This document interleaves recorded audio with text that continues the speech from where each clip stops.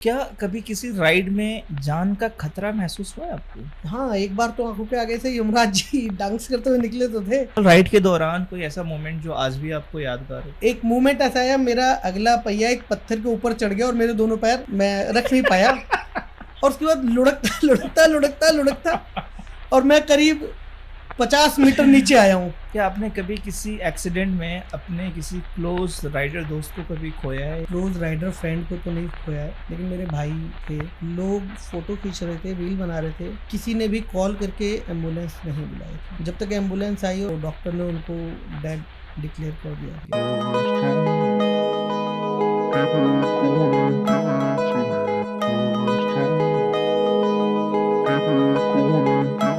नमस्कार दोस्तों, मैं हूं आयान और आपका दोस्त और होस्ट। आप देख रहे हैं मोटोकास्ट, जहां हम बात करते हैं उन लोगों की जिनके लिए राइडिंग सिर्फ एक पैशन नहीं, एक इबादत है। सो लेट्स वेलकम DRER के ग्रुप एडमिन सिद्धार्थ त्रिपाठी जी। कैसे हैं सर आप? मैं बहुत अच्छा हूँ और थैंक यू आयान जी, मुझे इस मंच पे बुलाने के लिए। आपका बहुत बहुत शुक्रिया हमारे साथ आने के लिए और हमारे पास बैठने के लिए। आज हमारे पास बहुत सारे ऐसे क्वेश्चंस हैं जो एक्चुअल में आने चाहिए, ठीक है, लोगों के सामने। और बहुत सारे हम मेन टॉपिक पे बात करेंगे, आपसे पूछेंगे, जानने की कोशिश करेंगे। और जो हमारे व्यूवर्स है इनको भी जानने की ज़रूरत है। जैसे आपको पता होगा कि हमारा जो पॉडकास्ट है बेसिकली हम सेफ्टी अवेयरनेस के लिए रियल राइड एक्सपीरियंस पे हम बातचीत करते हैं। तो आप रेडी हो? करें स्टार्ट? ओके सर, सबसे पहले आप हमें ये बताइए कि जैसे बचपन जो है आजमगढ़ जैसे शहर से आपको दिल्ली तक का जो सफ़र था आपका गांव है, क्या है, अपने बारे में ज़रा बताइए कुछ। अयान जी, सबसे पहले तो मैं born and brought up in Delhi. अच्छा। आजमगढ़ मेरा पैतृक गांव है। मेरे दादाजी जब तक थे तो आजमगढ़ में रहते थे और फिर दादी की तबीयत ख़राब हुई तो हम दादा और दादी को दिल्ली ले आए, क्योंकि मेरे फादर भी गवर्नमेंट सर्वेंट हैं, बैंक में जॉब करते थे, अभी तो रिटायर हो गए हैं। तो हम लोग दिल्ली में ही फंस के रह गए, आप समझिए। आज भी हम लोग अपने गांव जब जाते हैं तो वो गांव की जो ताज़ी आबो हवा है वो, मतलब दिल्ली में तो एक अरसा हो जाता है, एक क्लियर वेदर, आसमान में तारे देखे हुए, गांव जा कर के बहुत अच्छा लगता है। और बस क्या बताएं, दिल्ली में अगर नौकरी है तो हम हैं। ओके। अच्छा, जब आप छोटे थे तो तब आपने सोचा था कि मैं एक दिन लेह लद्दाख का सोलो राइड कर पाऊंगा? नहीं, बिल्कुल नहीं सोचा था। तब शायद कभी दिमाग में ये था भी नहीं कि मैं कभी कोई राइडर में बन भी पाऊंगा। जब मैं छोटा था तब ऐसा कुछ बाइक का कोई बहुत ज़्यादा क्रेज़ था नहीं। मुझे बाइक का क्रेज़ आया है जब, वो याद है, ऋतिक रोशन ने करिश्मा का एड स्टार्ट किया है धूम में। नहीं, करिश्मा बाइक का ऋतिक रोशन ने ऐड किया था। अच्छा। तो उस टाइम पे मुझे बाइक का शौक़ आया। तब मैं अपनी कोचिंग की छत से मैंने देखा कि करिश्मा बाइक, अच्छा भीड़ आ गई करिश्मा बाइक देखने के लिए। पहली बाइक जो 70 या 80 हज़ार रुपये की थी, उस टाइम पे बाइक की कीमत 40-45 हज़ार होती थी। मेरे फादर के पास कावासाकी कैलिबर थी, तो हम सब इकट्ठे उस टाइम पे। हाँ, ये बात है 2000 की आई थिंक। तो मैंने अपने दोस्तों से कहा एक दिन ना मैं भी ऐसी बाइक लूँगा। अच्छा। और 2007 सितंबर में मैंने करिश्मा बाइक खरीदी, करिश्मा ZMR। क्या बात है, अपने गोल पे पहुंच गए। बिल्कुल गोल पे पहुंच गया। और करिश्मा ZMR लेने के बाद एक सीरियल आता था MTV रोडीज। ओके। उसमें करिश्मा बाइक, वो हीरो होंडा स्पॉन्सर्ड थी, उसमें करिश्मा बाइक पे लोग दूर दूर जाते थे और वो इवेंट होता था, क्योंकि वो एक बेसिकली टीवी सीरियल था। तो वहाँ से मुझे भी लगा कि यार करिश्मा बाइक पे मैं भी जाऊँगा। और मैंने अपनी पहली लंबी बाइक राइड की थी दिल्ली टू आगरा। अच्छा। अनप्लैंड, बस मैं और मेरा एक दोस्त था हेमंत गुप्ता। ऐसे ही मैंने फ़ोन किया, मैंने कहा बंटू कहाँ पे हो? तो उसने कहा भाई ऑफिस में। मैंने कहा आगरा चल रहे हैं। कह रहा भाई ठीक है, बस स्टैंड पे मिलते हैं। मैंने कहा मैं तेरे घर आ रहा हूँ, चलते हैं। और हमने बाइक उठाई और बस निकल गए। चलो बढ़िया था। अच्छा, आपके घर वालों ने कभी मना नहीं किया आपके लॉन्ग राइड से? बिल्कुल मना किया। मेरे फादर आज भी कहते हैं कि आपको कहीं जाना है, घर में कार है, कार लो, जाओ, आपको जहाँ जाना है, बाइक से ही क्यों जाना है? क्या कहते हो आप उस कंडीशन में? हाँ पापा, अगली बार बाइक कार से जाऊंगा। अगली बार। ओके। आपको राइडिंग का जो इंस्पिरेशन है किससे मिला? फिर मेरा जो दोस्त था जिसका मैंने अभी हेमंत। जिक्र किया, हेमंत गुप्ता, उसने मुझे एक राइडिंग ग्रुप में ऐड करवाया, मतलब मल्टी ब्रांड ग्रुप था। तो मैं अपनी उस टाइम मैंने बुलेट खरीद ली थी, तो अच्छा। मैं बुलेट से उसके साथ राइड करता था। संडे राइड मैंने उसके साथ 1 साल के आसपास राइड की होगी, कुछ 5-7 राइड। तो मुझे याद है मेरी पहली ग्रुप राइड जो थी वो गुड़गांव GFR थ्रोटल शोटल की थी। उसके बाद याद नहीं है, बहुत सारी राइड्स करी। फिर मेरा एक दोस्त था हरप्रीत सन्नी, उसने मुझे DRER में इंट्रोड्यूस करवाया। DRER में उस टाइम कम मेंबर्स थे, और क्योंकि मैं 2016 या 17 से DRER का पार्ट हूँ, तो फाइनली इतने सालों के बाद जा करके वो रिकॉग्नाइजेशन मिला कि अब हम ग्रुप एडमिन में शामिल हैं। और क्या बात है। अच्छा, DRER की फैमिली कितनी है? DRER की फैमिली में इस वक्त करीब 2100 राइडर्स हैं। 2100 राइडर्स हैं? हाँ, 2100। Oh my God. और करीब 300 या 400 राइडर्स पेंडिंग है, जो अप्रूवल के लिए पेंडिंग है अभी, ज्वाइनिंग के लिए। हाँ जी। 2100 राइडर है भाई एक ग्रुप के अंदर। ये हमारी ऐप के ऊपर रजिस्टर्ड राइडर हैं, आप देख सकते हैं। ये अच्छा। फिगर कुछ मैंने हवा में नहीं बोला है। आप, हमारा DRER का ऐप है, आप ऐप में जा करके और खुद लॉगिन अपने आप को एज ए राइडर रजिस्टर्ड कर सकते हैं, और वहाँ से आप लिस्ट देख सकते हैं हमारे कितने राइडर्स हैं। अच्छा, तो ये आपका जो DRER का जो मोबाइल एप्लीकेशन है, ये कहाँ मिलेगा? प्ले स्टोर पे? हाँ, प्ले स्टोर पे अवेलेबल है। चेकआउट करना है एक बार यार। अच्छा, आप दिल्ली गवर्नमेंट हेल्थ डिपार्टमेंट में काम करते हो, तो ऑफिस और राइड्स को कैसे बैलेंस मैनेज करते हो आप उसको? देखिए, ऑफिस और राइड एक साथ नहीं होती है, क्योंकि दिल्ली गवर्नमेंट हेल्थ डिपार्टमेंट में 5 डे वर्किंग है, ठीक है, और हमें वीकेंड सैटरडे संडे ऑफ मिल जाता है। उसके बाद एज ए एम्प्लॉई हमें छुट्टियां भी मिलती हैं, हमारी कैजुअल लीव्स होती हैं, मेडिकल लीव्स होती हैं, अन लीव्स होती हैं। तो जब मैं नौकरी करता हूं तो फिर मैं नौकरी करता हूं बहुत सीरियसली, और जब मैं राइड करता हूं तो मैं राइड करता हूं बहुत सीरियसली। छुट्टी की एप्लीकेशन डालते हैं, किसी को कोई आपत्ति नहीं होती है, और हम छुट्टी लेते हैं, लॉन्ग राइड पे जाते हैं, इजीली मिल जाता है। ईजिली। अच्छा, आपके लिए फ्रीडम का मतलब क्या है? ऑफिस की छुट्टी के बाद का टाइम या बाइक पे ओपन हाईवे? ये तो बहुत अच्छा क्वेश्चन है। फ्रीडम का मतलब क्या है? ऑफिस से छुट्टी के बाद अगर मुझे फ्रेंड्स मिल जाए मेरे, तो वो भी मेरे लिए फ्रीडम है। अच्छा। अगर मैं कहीं राइड पे निकल जाता हूँ हाईवे पे, तो वो एक अलग एक्सपीरियंस है, वो भी फ्रीडम है। अच्छा, मतलब you can not compare both. मतलब दोनों में से जो चल जाए, जो मिल जाए, और 100% दोनों 50-50 पे है, या तो ये मिलता है या ये मिलता है। मिल ही जाता है। एक बार में एक ही मिलता है लेकिन। ओके, जब आप सोलो राइड करते हो तो सबसे ज्यादा आपको किस चीज की याद आती है? फैमिली, फूड या स्लीप? देखो, सोलो राइड में सबसे ज़्यादा जो याद आता है वो स्लीप याद आता है पहला। उसके बाद अगर मैं सेकंड नंबर दूं तो मुझे मेरे कोलीग्स, मेरे फ्रेंड्स याद आते हैं, मेरे ग्रुप मेंबर्स याद आते हैं, क्योंकि सोलो राइड बहुत टफ होती है। एंड आई पर्सनली रिकमेंड कि 100-200 किलोमीटर की तो बात नहीं मैं करता हूँ, बट अगर आप लॉन्ग राइड पे जाते हो तो सोलो राइड्स अवॉइड करनी चाहिए। सोलो राइड अवॉइड करनी चाहिए, स्पेशली लॉन्ग रूट्स पे। लेह लद्दाख सोलो राइड के दौरान सबसे टफ मोमेंट कौन सा था कि बस अब यहाँ रुक जाओ, अब इसके आगे नहीं बढ़ना? सीरियसली, लेह लद्दाख अपने आप में बहुत टफ राइड है। उसके बाद अगर आप टफ मोमेंट मेरे से पूछते हैं तो पर्सनली लेह लद्दाख में मेरा एक एक्सीडेंट हो गया। आपका? या, और उस टाइम पे मुझे मेरी पसलियों में चोट लगी थी, और शायद वो मोमेंट था जब मुझे लग रहा था कि यार बस अब हो गया, अब एज हो गई है, अब मुझसे नहीं होगा, और चोट भी ज़्यादा थी। बट हुआ कैसे था ये? मैं लेह से पेंगोंग लेक की तरफ जा रहा था, बीच में पुलिस बैरिकेडिंग थी, तो मैंने अपनी स्पीड कम करी, क्योंकि मैं सोलो था और मुझे लगा कि रोकेंगे, अननेसेसरी क्वेश्चंस पूछेंगे, तो स्पीड कम करी, और पीछे से एक मारुति ओमनी थी, दिल्ली नंबर प्लेट, और उसने मुझे ठोक दिया, और लिटरली मुझे कुछ समझ में नहीं आया हुआ क्या। थोड़ी देर के बाद देखा तो मैं ज़मीन पे था, पसली में बहुत चोट थी, शायद बाइक का हैंडल लगा था, और पुलिस वाले भी आ गए और मुझे उस टाइम लेके गए, हॉस्पिटल लेके गए।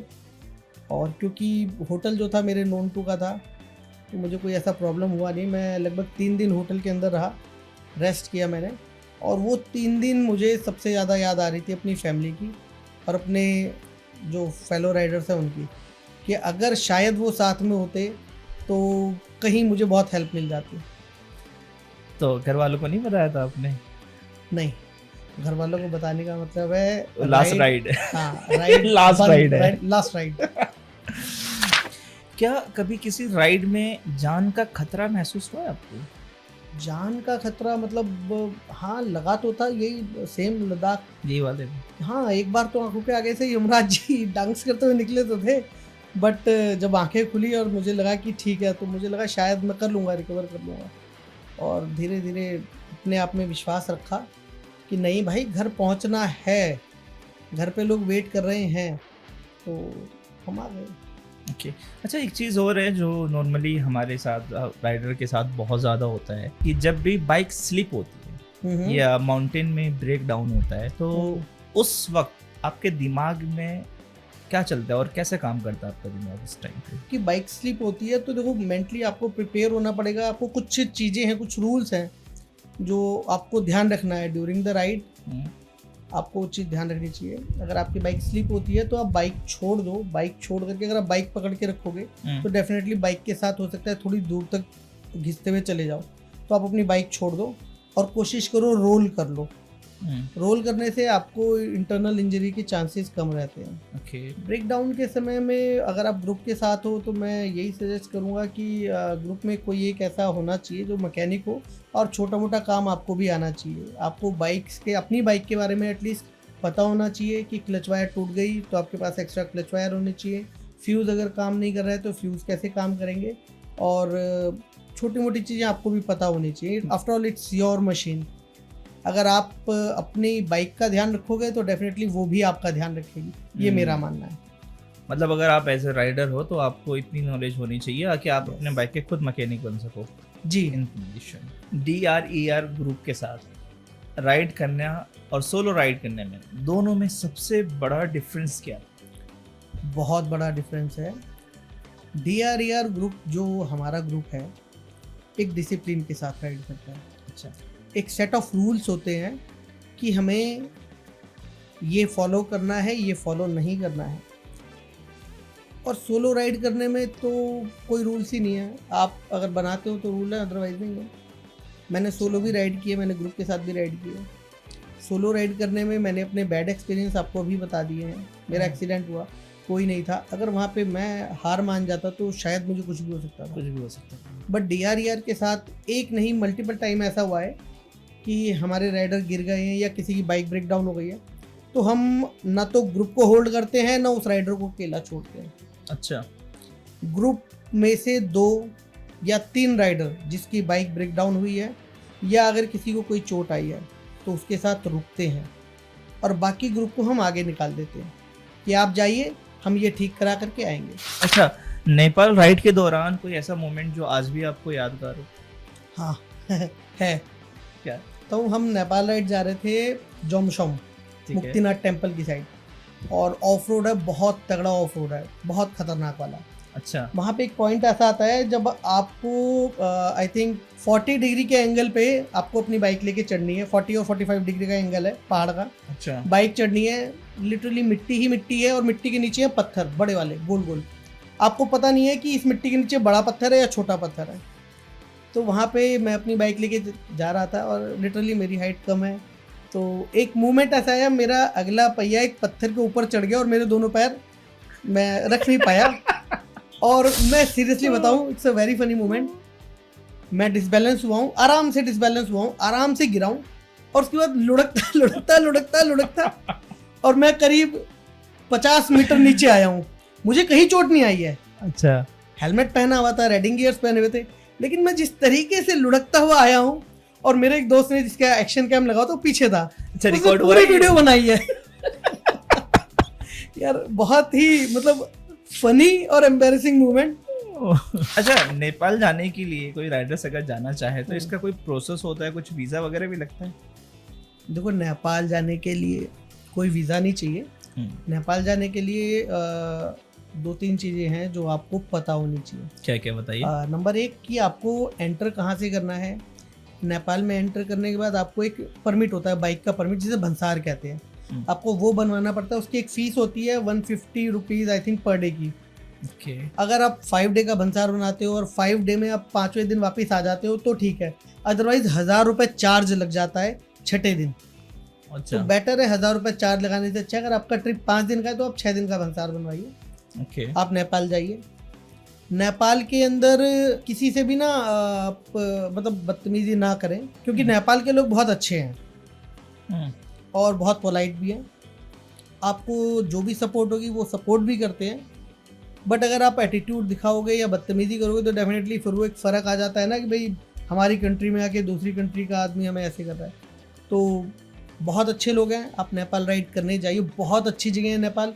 ऑफ रोड है तो प्रिपेयर होके जाइएगा नेपाल के लिए। और मतलब कुछ एक यहाँ से पैसे वगैरह आप लेके जाइए, वहाँ 100 का नोट चलता है, बाकी आप करेंसी एक्सचेंज करा लीजिए। तो कुछ भी ऐसा रॉकेट साइंस नहीं है, नेपाल बहुत अच्छी जगह है और होके आइए। अच्छा। तो नेपाल में और इंडिया में कुछ डिफरेंट लगता है कि हाँ नेपाल पहुंचने के बाद अब मैं नेपाल पहुंच गया, ऐसा लगा कुछ चेंजेस या सिमिलर है, ऐसा ही है नॉर्मल? मैं बताऊँ, नेपाल और इंडिया में बहुत ज़्यादा चेंज आपको काठमांडू तक तो नहीं मिलेगा। अच्छा। क्योंकि बहुत सारे इंडियंस ही नेपाल में काम कर रहे हैं, ओके। इंडियंस ही नेपाल में रह रहे हैं। अच्छा। तो मतलब नेपाल से लुम्बिनी तक, जहाँ गौतम बुद्ध का जन्म स्थान है लुम्बिनी में पहुंच के हमें पता ही नहीं चला हम नेपाल में हैं। सब कुछ वैसे इंडिया जैसा ही है। अच्छा। हाँ। फिर हम काठमांडू पहुंचे तो वहाँ हमें आधे नेपाली आधे इंडियंस मिले। 50% लोग हिंदी में ही बात करते हैं और नेपाली भी बोल लेते हैं। पोखरा और जोमशोम जा करके फील होता है, जब मस्टैंग वैली आप पहुंचते हो तब आपको फील होता है कि हाँ हम नेपाल में हैं। वहाँ के माउंटेन्स, वहाँ का ट्रेन हमारे यहाँ से बहुत डिफरेंट है। अच्छा। हमारे यहाँ रोड बहुत अच्छी बनी हुई है, वहाँ अभी भी रोड्स नहीं है। वहाँ के जो लैंड स्पेस होता है उसके बारे में क्या कहना चाहोगे? देखिए, मस्टैंग का तो लैंड स्पेस बहुत ही डिफरेंट है। वो हमारा लेह लद्दाख में जाकर के ऐसे आपको फील होता है ऑक्सीजन कम, तो अपर मस्टैंग में जाके भी सेम। अच्छा। आप थोड़ा सा और अगर ऊपर जाओगे तो फिर आपको एवरेस्ट बेस कैंप तक भी जा सकते हो, बट वहाँ के लिए परमिशन लेनी पड़ती है और वहाँ की चार्जेस अलग है, फीस अलग है, तो वहाँ पे हर आदमी नहीं जा सकता है। अच्छा, आजकल सोशल मीडिया पे सिर्फ रील्स के लिए राइड करते हैं, आपका क्या टेक है ऐसे ट्रेंड पे? देखिए, राइड कीजिए एंजॉय के लिए। अगर आप रील बनाते हो तो बनाइए, बट सेफ्टी के साथ बनाइए। कुछ लोग रील्स के लिए राइड करते हैं, ठीक है, आप राइड कीजिए, अपने अच्छे बुरे मूवमेंट्स जो भी होते हैं उनको रील्स बना करके डालिए, बट सेफ्टी के साथ। चलती बाइक पे reel banana it's not safe. अच्छा, आपके लिए बाइकर का मतलब क्या है? स्टाइल, सोल या फिर सेक्रीफाइस? देखिए, आई थिंक तीनों ही हैं। अच्छा। स्टाइल मीन्स आप अपनी बाइक को अच्छे से रखिए, सजा के रखिए, कोई उसमें बुरी बात नहीं है। सोल, डेफिनेटली आपको आपकी सोल और आपके बाइक के साथ कनेक्शन बनाना पड़ेगा। और सेक्रीफाइस, डेफिनेटली थोड़ा बहुत बॉडी का सेक्रीफाइस करना पड़ता है और पैसों का भी, तो बाइक पेट्रोल से चलती है यार, पानी से नहीं चलती है। ओह, बिल्कुल बिल्कुल। अच्छा, अगर एक दिन राइडिंग बैन हो जाए तो आप अपनी लाइफ को कैसे देखें? अगर मैं इसे कंपेयर करूं तो आप समझो कि राइडिंग बैन हो जाए तो मुझे ऐसा लगता है लाइफ विदाउट इलेक्ट्रिसिटी अगर कोई इमेजिन कर सकता है, मेरे लिए राइडिंग बैन तो फिर वैसा ही होगा ना। क्या आपने कभी किसी एक्सीडेंट में अपने किसी क्लोज राइडर दोस्त को कभी खोया है? क्लोज राइडर फ्रेंड को तो नहीं खोया है, लेकिन मेरे भाई थे, मेरी बुआ के लड़के, बड़े लड़के, हम भाइयों में सबसे बड़े भाई दीनानाथ शर्मा जी। सिग्नेचर ब्रिज का जब इनॉग्रेशन हुआ था तो सिग्नेचर ब्रिज देखने जा रहे थे, शायद दोस्तों के साथ कुछ पार्टी भी की थी उन्होंने, शायद, आई एम नॉट श्योर। और वहाँ पे उनका छोटा सा एक्सीडेंट हुआ था। एक्सीडेंट छोटा ही था, शायद वो गिरे तो उनका हेलमेट बकलअप नहीं था, हेलमेट निकल गया था और उनके सिर पे चोट आई थी। वहाँ पे लोग फोटो खींच रहे थे, रील बना रहे थे, किसी ने भी कॉल करके एम्बुलेंस नहीं बुलाई थी। जब तक एम्बुलेंस आई और उनको लेकर के ट्रॉमा सेंटर वहाँ पहुँचे, हाँ, तो डॉक्टर ने उनको डेड डिक्लेयर कर दिया था। तो वो एक मूवमेंट है जिसके बाद बाइक चलाने का मन नहीं हुआ, सीरियसली। वो एक बड़ा लॉस था मेरे लिए। मेरे बड़े भाई भी थे और मेरे बहुत अच्छे दोस्त भी थे यार, ये एक लॉस था मेरे लिए। और उसके बाद मुझे लगता है कि सेफ्टी अगर उनके पास होती, सेफ्टी इन द सेंस अगर हेलमेट अच्छा होता, उन्होंने बकलअप कर रखा होता, तो शायद हेड इंजरी नहीं होती। क्या कहना चाहोगे ऐसे जो बिना हेलमेट के या फिर नॉर्मली लोकल हेलमेट यूज करते हैं, भाई सेफ्टी पे ध्यान नहीं देते हैं? ऐसे में क्या कहा जाए, मतलब मेरा मानना ये है कि आप अपने लिए हेलमेट मत पहनो, जो घर पे आपके लोग हैं, आपकी मम्मी है, पापा हैं, शादी हो गई है तो वाइफ है, बच्चे हैं, भाई बहन हैं, फ्रेंड्स हैं, उनके लिए पहन लो हेलमेट, सिर्फ पुलिस से बचने के लिए नहीं। हेलमेट को हम एसेसरीज की तरह यूज़ ना करके उसको हम एक मैंडेट की तरह यूज़ करें कि हमें अगर टू व्हीलर चलाना है तो हेलमेट पहनना है, और अच्छी क्वालिटी का हेलमेट पहनना है, ना कि सिर्फ पुलिस से बचने के लिए कोई भी नीली पीले रंग की टोपी सिर पे रख ली और बस चल रही है। ओके, ये था आपका बहुत बड़ा लॉस, तो आपने उससे कुछ सीखा? सीरियसली मतलब आज के टाइम में फ़ोन अच्छे के लिए भी है और बुरे के लिए भी है यार। उसी फ़ोन से अगर कोई समय पे फ़ोन कर देगा एम्बुलेंस को तो किसी की जान बच सकती है, और उसी फ़ोन से आप फ़ोटो खींच के अपलोड कर रहे हो कि देखिए एक्सीडेंट हो गया है, देखिए ये हो गया, इट्स नॉट गुड ना। आई थिंक अगर उस टाइम पे किसी ने टाइम पे फ़ोन किया होता और एम्बुलेंस आ गई होती, या एम्बुलेंस का वेट ना भी किया होता, इतना तो भी हमारी गवर्नमेंट भी एडवर्टाइजमेंट कर रही है, किसी भी अगर एक्सीडेंट के केस में आप लेके जाते हो हॉस्पिटल में तो आपसे क्वेश्चनिंग नहीं होगी, लेकिन कोई भी ले जा सकता था, लेकिन लोगों ने उस टाइम पे नहीं रिएक्ट किया। तो मुझे लगता है यार करना चाहिए। एज ए ह्यूमन ये हमारा काम है दूसरे की हेल्प करना, और एज ए ह्यूमन बीइंग मैं खुद भी अगर मुझे कुछ ऐसा दिखता है कि रोड पे कोई एक्सीडेंट हुआ है, ठीक है मैं ऑफिस 1 घंटे लेट चला जाऊंगा, मैं बॉस की डांट खा लूँगा, लेकिन अगर मेरे उस 1 घंटे लेट जाने से किसी की जान बच सकती है तो मैं डेफिनेटली उसकी जान बचाऊंगा। अच्छा, आपको क्या लगता है कि राइडिंग की कोई एज होती है? डेफिनेटली राइडिंग की एज होती है, जब आप 18 साल से ऊपर हो जाएंगे आपका लाइसेंस बन जाएगा और आप इतने मैच्योर हो जाएंगे कि आपको ट्रैफिक रूल्स फॉलो करने में कोई दिक्कत नहीं आए, कोई समस्या नहीं आए, और अपने सीनियर राइडर्स की बात मानने में कोई शर्म नहीं आए, तब आप राइड करने के लिए तैयार हैं। अपर एज तो मुझे नहीं लगता है राइड करने की कोई अपर एज होती है। मेरे ग्रुप में लक्ष्मीकांत जी हैं जो हमारे साथ राइड करते हैं, ओके, और उनकी मिसिस भी ज्वाइन करती हैं, और प्रीतम जी हैं, शायद आप क्या एज होगी इनकी? लक्ष्मीकांत जी तो रिटायर्ड हैं, अब शायद 65-70 के अराउंड आई थिंक लक्ष्मीकांत जी की एज होनी चाहिए। ओह माय गॉड, इसलिए राइडिंग करते हैं, लॉन्ग राइड्स करते हैं, अभी शायद नेपाल गए हुए हैं। राइडिंग की कोई एज नहीं होती है? अपर लिमिट तो कोई नहीं होती है, हाँ लोअर होती है। आज के जो न्यू जनरेशन के राइडर्स है उसके लिए आपका क्या मैसेज होगा? बॉस, बाइक जो होती है ना वो ट्रैवल करने के लिए होती है, रेस करने के लिए नहीं होती है। अगर आपको रेस करना है ना तो आप प्रोफेशनल रेसर बनो, ट्रैक पे रेस करो, हमारी सड़कें रेस करने के लिए नहीं होती हैं। और दूसरा पेशेंस, अगर कोई आपसे आगे निकल गया तो पेशेंस रखो, ठीक है वो जल्दी में होगा, जाने दो उसे, ना कि वो आगे कैसे निकल गया और चलो मैं उससे रेस करूँगा। तो पेशेंस बहुत ज़रूरी है। अच्छा, अगर आपको एक राइड डेडिकेट करनी हो किसी की लाइफ पे, किसी एक ऐसे इंसान के लिए, तो वो कौन होगा आपकी लाइफ में? यार अगर मैं कोई राइड डेडिकेट करना चाहूँगा तो मैं road safety awareness ride dedicate करूँगा उन सभी यंगस्टर्स के लिए जो राइड करना सीख रहे हैं। और किसी एक पर्टिकुलर पर्सन की अगर आप बात करें तो फिर मैं अपने भाई को ही डेडिकेट करूँगा, लेकिन वो इस दुनिया में है नहीं अभी। तो रोड सेफ्टी अवेयरनेस राइड बहुत ज़रूरी है हम सब के लिए, स्पेशली उन यंगस्टर्स के लिए जो अभी राइड करने की सोच रहे हैं या सीख रहे हैं।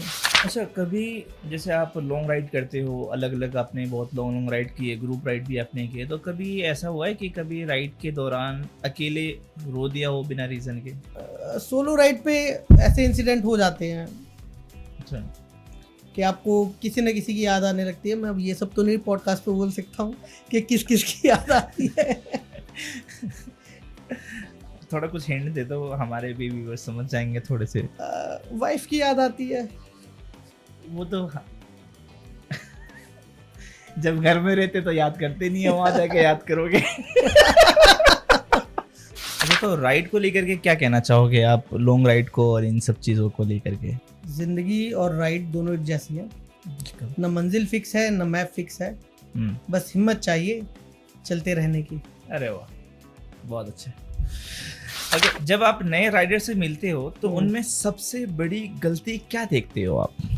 बहुत सारे राइडर्स का ये होता है कि यार हम पीछे चल रहे हैं, हम ना आगे चलते हैं, वो ओवरटेक करके आगे आने की कोशिश करते हैं। और जब भी सिंगल फॉर्मेशन या 2x2 फॉर्मेशन में आप चलते हो तो अगर आप किसी को ओवरटेक करके उसकी जगह पे घुसने की कोशिश करते हो तो डेफिनेटली या तो पीछे वाला ब्रेक मार के आपको आने देगा, या वो कहेगा कि नहीं मैं क्यों पीछे हो जाऊं, मैं आगे रहूँगा, तू मत घुस। उस केस में ना नए राइडर्स खुद तो गिरते भी हैं, पीछे कॉन्वॉय को भी मतलब गिरा देते हैं और वो इंजरी के चांसेस बढ़ जाते हैं। ये बहुत कॉमन होता है नए राइडर्स के साथ कि मैं आगे और मैं आगे, मैं आगे तो मैं आगे। आपके लिए सेफ्टी का क्या रोल है जिससे आप कभी कॉम्प्रोमाइज़ नहीं करते हैं? बस सेफ्टी का सीधा मतलब ये है कि आप घर से जैसे निकले हो वैसे ही घर में आओ, विदाउट एनी इंजरी। ना आपको चोट लगनी चाहिए और ना आपकी वजह से किसी और को चोट लगनी चाहिए। गुड क्वालिटी हेलमेट यूज़ करो, प्रॉपर राइडिंग जैकेट यूज़ करो, राइडिंग बूट्स यूज़ करो, क्योंकि कई बार हमारी छोटी छोटी गलतियाँ भी जो है ना बड़ी इंजरी का कारण बन जाता है। तो सीधा सा मतलब ये है कि जैसे आप घर से जाओ वैसे ही अपने घर वापस आओ, सिंपल। अच्छा, अगर आपकी एक मूवी बन जाए आपके राइड्स पे तो उसका टाइटल क्या होगा? हंसते हंसते लग गए रस्ते। कुछ लोग जो राइडिंग ग्रुप होता है उसको अपना बिजनेस बना रखा है, क्या ऐसा आपको लगता है? देखिए, ये जब तक आपको कंफर्म नहीं होता है तब तक आपको इस बारे में बात नहीं करनी चाहिए, क्योंकि कई बार ना ये डिफेम भी हो जाते हैं ग्रुप्स। मतलब ठीक है, मैंने अभी तक किसी ग्रुप को ऐसा देखा नहीं है, बट अगर मैं ये बात रेगुलरली सबसे कहूँगा तो लोगों के मन में एक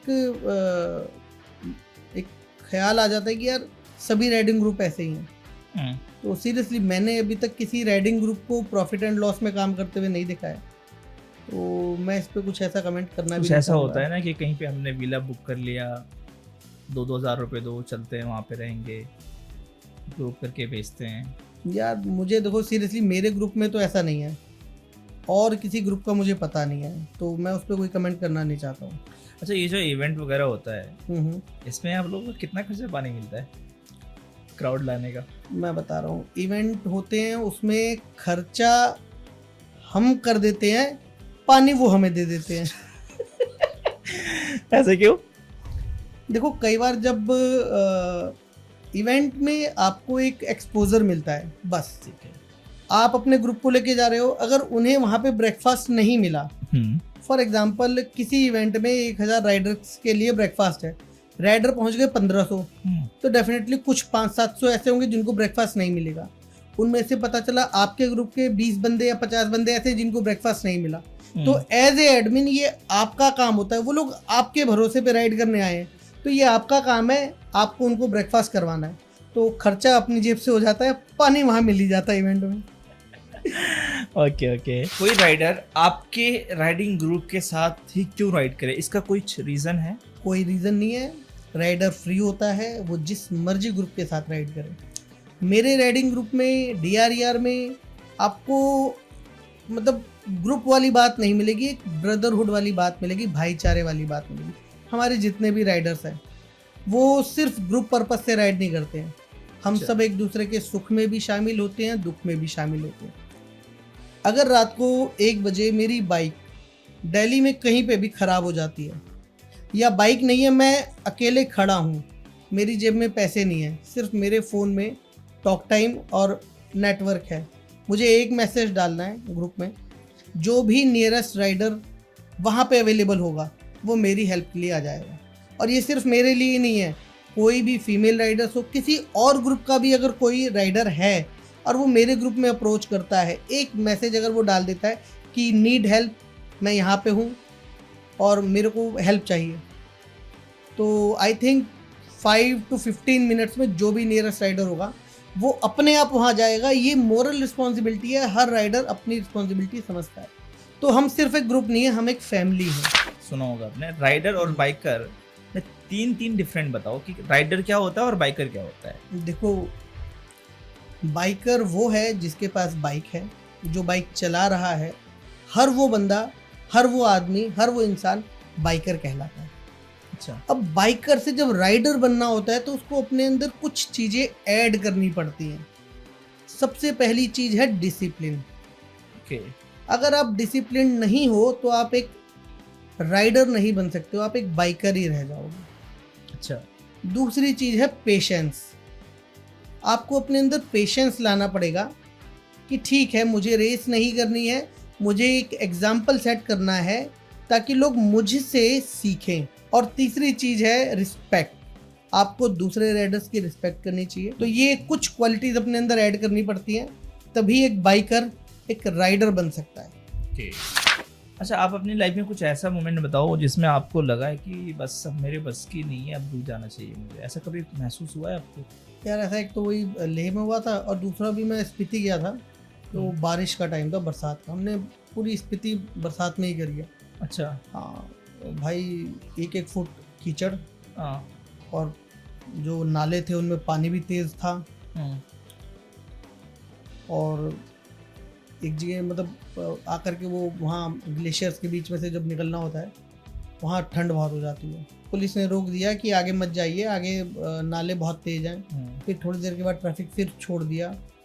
मतलब मनाली तक हम सूखे सूखे गए हैं, मनाली से लेकर के और कुंदुमला तक, यानी लगातार 3 दिन हमने पूरे बारिश के अंदर राइड करी है, जिसमें मेरे जूते गीले, पानी भर गया। अब राइडिंग बूट्स तो एक ही होते हैं नॉर्मल शूज़ से, बाकी राइडिंग बूट्स में पानी भर गया। हमने फिर पिन्नी पैर में पहनी, उसको टेप से पूरी पिन्नी को पैक किया, फिर वो राइडिंग बूट में डाला, ठीक है ना, क्योंकि यार डेफिनेटली -1 डिग्री टेम्परेचर पे गीले जूते पहन के तो राइड नहीं करोगे ना, बीमार पड़ जाओगे। तो बहुत ही जुगाड़ से काम चलाया। तो मेरा रेन कोट था, वो जब बारालाचा जा रहे थे तो छोटे से बैग में, वैसे कपड़े का बैग था, उसके अंदर करके मैंने अपनी गद्दी पे बांध लिया था।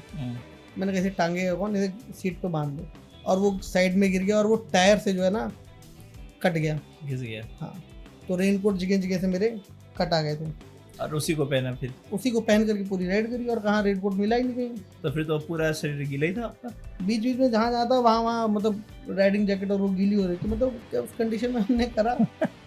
बहुत टफ था, बहुत ज़्यादा टफ था यार। अच्छा, कभी आपका किसी ट्रैफिक पुलिस ने, कभी स्टेट पुलिस से कभी कुछ आर्गुमेंट हुआ है, कोई पंगा हुआ है? हाँ बिल्कुल हुआ है। कैसे, क्यों? इसी साल फरवरी की बात है, मथुरा राइड लेकर के जा रहे थे, तो हमें नोएडा पुलिस ने रोक लिया।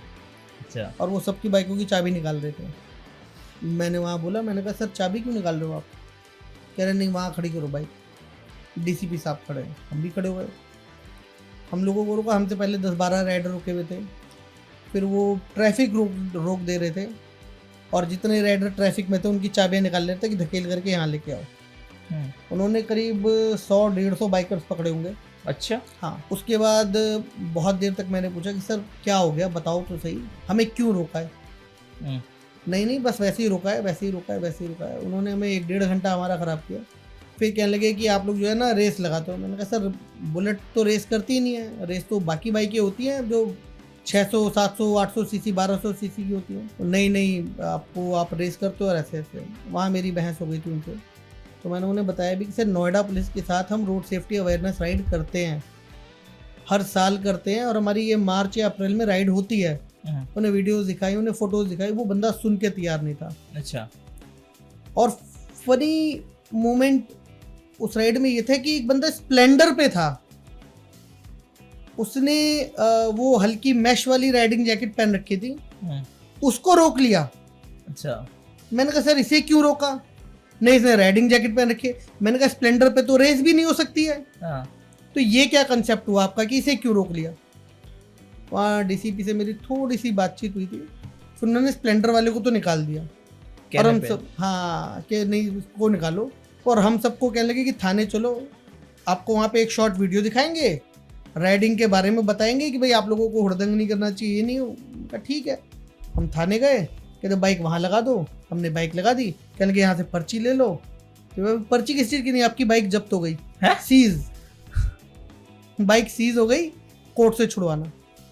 ये इस तरीके से खेल कर दिया था हमारे साथ।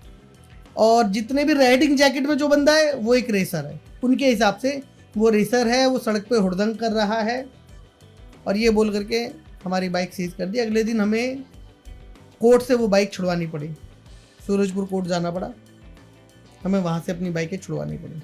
मार्च या अप्रैल में नोएडा पुलिस के साथ रोड सेफ्टी अवेयरनेस राइड हुई, और हमारे कई राइडर्स जो उस राइड में थे उन्होंने नोएडा पुलिस के सामने ये बात बोली कि आप रोड सेफ्टी अवेयरनेस राइड में आपको राइडर्स चाहिए, तब तो आप हमारे ग्रुप का यूज़ कर रहे हो, लेकिन जब हम आपको कहते हैं कि हम रोड सेफ्टी अवेयरनेस राइड करते हैं और हम कोई हुड़दंग नहीं बचाते, हमारी आप एक नहीं सुनते हो। तो पुलिस के साथ, स्टेट पुलिस के साथ हुआ है पंगा। अच्छा, आपने अक्सर देखा होगा कि जो पुलिस जो होती है वो राइडर को देख के ऐसे भागती है जैसे चोर को देख लिया हो, तो इस टॉपिक पे आप क्या कहना चाहोगे? इसमें दो चीज़ें हैं। पहली चीज़ ये कि पुलिस को देख करके राइडर भी भागता है। क्यों भागता है? नहीं भागना चाहिए। अगर आपने कोई मॉडिफिकेशन नहीं कर रखा है, आपने साइलेंसर मॉडिफाई नहीं कर रखा है, आप कुछ गलत एक्टिविटी नहीं कर रहे हो, तो आप क्यों भाग रहे हो? ठीक है। दूसरा, क्योंकि हम भागते हैं तो उन्हें भी ये लगता है कि शायद कुछ गलती है, शायद कहीं इसने मॉडिफिकेशन कर रखा है, बच के निकलना चाह रहा है। तो दोनों कंसेप्ट हैं। कुछ गलती हमारी होती है कि हम लोग अपनी बाइकों में छेड़छाड़ करते हैं, टशन मारने के लिए साइलेंसर से वो पटाखे की आवाज़ निकालना, ये सब करते हैं जो नहीं करना चाहिए। और कुछ थोड़ा सा मिसअंडरस्टैंडिंग हो जाती है पुलिस वालों को कि देखो वो पुलिस है, तो उनको ये लगता है कि कहीं कोई गलत एक्टिविटी में तो इन्वॉल्व नहीं है। जैसे आप आजकल देख रहे हैं कुछ क्रिमिनल्स हैं, गैंगस्टर्स हैं, वो सुपर बाइक्स लेके चलते हैं या स्नैचिंग वगैरह करने लगे हैं, ठीक है ना। तो देखो, शक करना उनका काम है, बट उनके शक को हवा हमें नहीं देनी चाहिए ना। वो रोकते हैं, आप रुकिए, अपने कागज़ दिखाइए, आपकी बाइक ठीक होनी चाहिए, कैसे रोक लेंगे? इट मीन्स कि भाई थोड़ा सा हमें भी ध्यान देना है कि हमें हवाबाजी नहीं करनी है, अपने आप को एक डिसेंट रहना है और दिखाना भी हम कि हम डिसेंट है, डिसेंट वे में रहना है। फीमेल राइडर को जो लोग सिर्फ इस वजह से घूरते हैं या कमेंट पास करते हैं, अरे फीमेल राइडर है, छेड़ते हैं रोड पे, कहीं लॉन्ग राइड पे चली जाए, अगर अकेले सोलो राइड पे बहुत सी हमारी राइडर्स होती हैं, करती है, तो उसको छेड़छाड़ किया जाता है। तो उस टॉपिक पे आप एज ए अवेयरनेस आप क्या कहना चाहोगे राइडर को भी और व्यूअर्स को भी? देखो, ऐसे लोगों का ना कोई इलाज नहीं है। एजुकेशन की कमी है और उनकी मानसिकता ऐसी है। और वो सिर्फ फीमेल राइडर्स को ही नहीं, ऐसे लोग किसी भी फीमेल को देख के कमेंट पास करते हैं। तो हमारा काम है उनको एजुकेट करना, और ये जनरल व्यूअर्स का काम भी है उनको एजुकेट करना। अगर एक फीमेल अगर बाइक चला रही है तो क्या गलत है? उसका भी हक है, बाइक चलाना आता है उसको, तो चला रही है, इसमें तो मुझे नहीं लगता कोई दिक्कत है। लेकिन ऐसे लोग जो कमेंट पास करते हैं, अगर आपके सामने कोई किसी फीमेल को या राइडर को कमेंट पास करता है, तो ये आपका काम है उसको रोकना और टोकना कि आप ऐसा क्यों कह रहे हो। सिद्धार्थ सर, हमारे पास आने के लिए आपका बहुत बहुत शुक्रिया। हमारी साइड से कुछ छोटे छोटे गिफ्ट है जो राइडिंग जर्नी में आपके लिए बहुत ही हेल्पफुल होगा। ठीक है, ये आपका पानी का बोतल है और ये एक स्टिक है, देखा होगा आपने। हाँ, है ना, ये वही स्टिक है, जब भी कहीं जाओ अगर वही कुछ पंगा हो जाए तो जरूरत ना पड़े तो अच्छा है। नहीं, वैसे ये रहना चाहिए, होनी चाहिए, है ना। और ये टॉर्च है और ये आपकी की चेन है। ठीक है, हमारी साइड छोटा सा गिफ्ट है, आप इसे रख लीजिए। ठीक है, क्वेश्चन है हमारे पास, उसका आप आंसर करें। ये आप देख लो, फोटोज देखो आराम से, ले लो। एक फोन का नाम बताना है, कौन सी फोन का नाम है?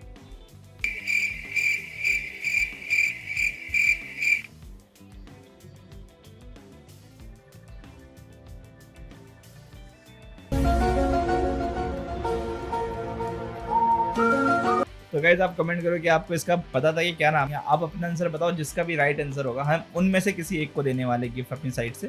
तो फटाफट कमेंट कर दो कौन सा फोन का नाम है।